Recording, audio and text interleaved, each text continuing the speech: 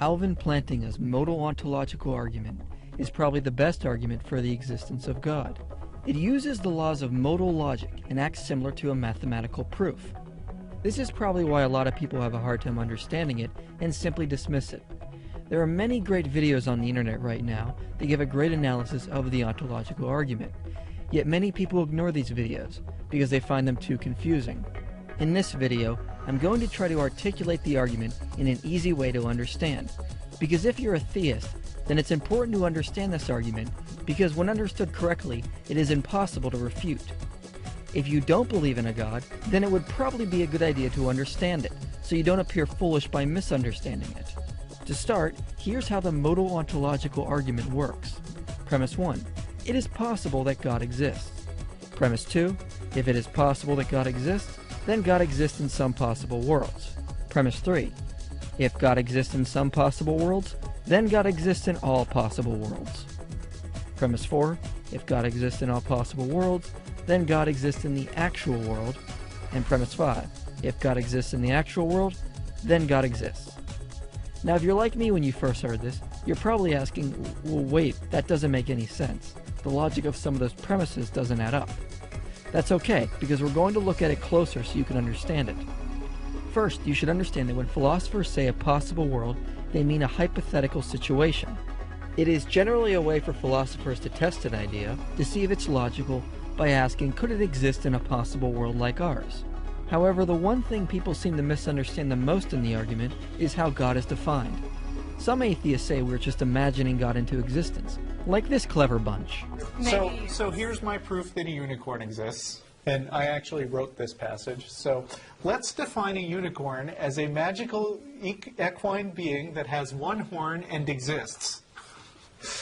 By the above definition, such a being must exist. Therefore, a unicorn exists. Yeah. Okay, so that's the ontological argument. It's very hard to believe that there are people that use that, but there are.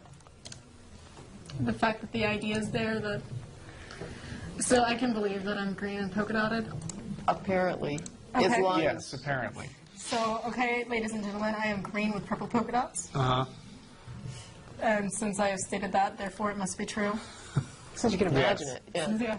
Okay, here's the problem. They are falling into the typical error of misunderstanding how God is defined, and because of their ignorance, they are concluding that the argument doesn't work. So we need to look at how God is actually defined and how it differs from how you would define a unicorn. Now, there are three ways to define a being or an entity in the ontological argument. An entity can either be impossible, which means it exists in no possible worlds. An example would be a square circle. An entity can be contingent, which means it exists in some possible worlds, like a unicorn. A unicorn could exist in some possible worlds, but not in others. Last, an entity can be necessary, which means it has to exist in all possible worlds. Now, what do we mean when we say something necessarily has to exist in all possible worlds? Well, examples of necessary entities are numbers, absolute truths, and shape definitions. For example, take the number 2. No one created it, it just exists necessarily. It can't not exist. Take a shape definition for another example, such as a square must have 4 sides. A square cannot exist with only 3 sides, because that would be logically incoherent in any possible world. So a necessary entity is something that cannot be false or fail to exist in any possible world. Therefore, necessarily, it has to exist in all possible worlds. So when we talk of God in this argument, we are saying that if he exists, he would have to be a necessary entity, because God is defined as a maximally great being, and a maximally great being is defined as a being that possesses all qualities that are better to have, which we define as great-making properties. Other examples are love, wisdom, and power. A maximally great being would also have to have these properties to their maximal extent.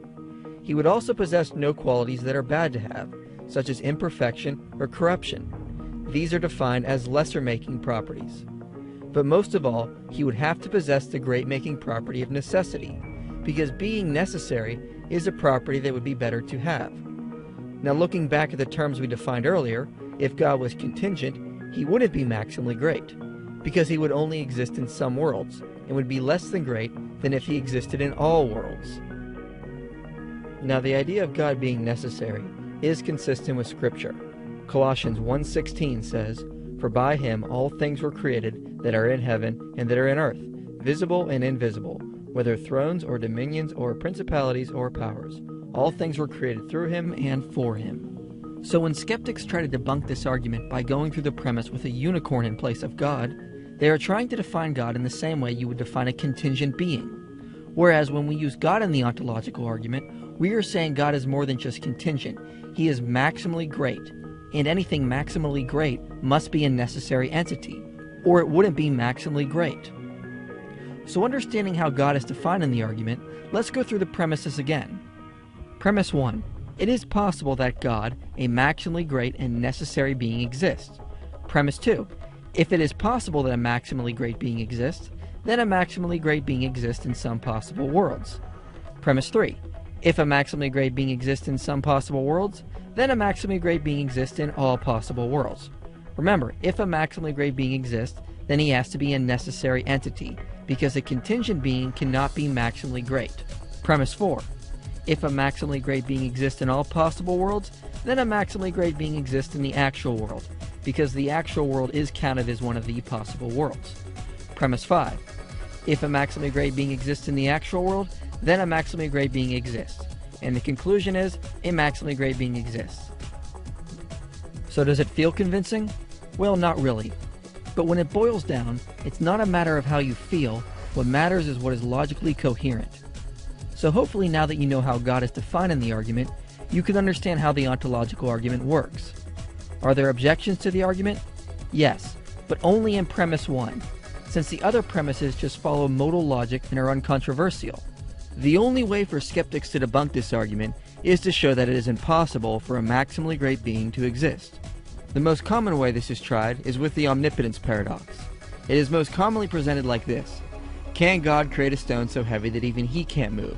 If God cannot create the stone, then he is not all-powerful. But if God can create the stone and can't move it, then he is still not all-powerful. Therefore, the idea of God is impossible.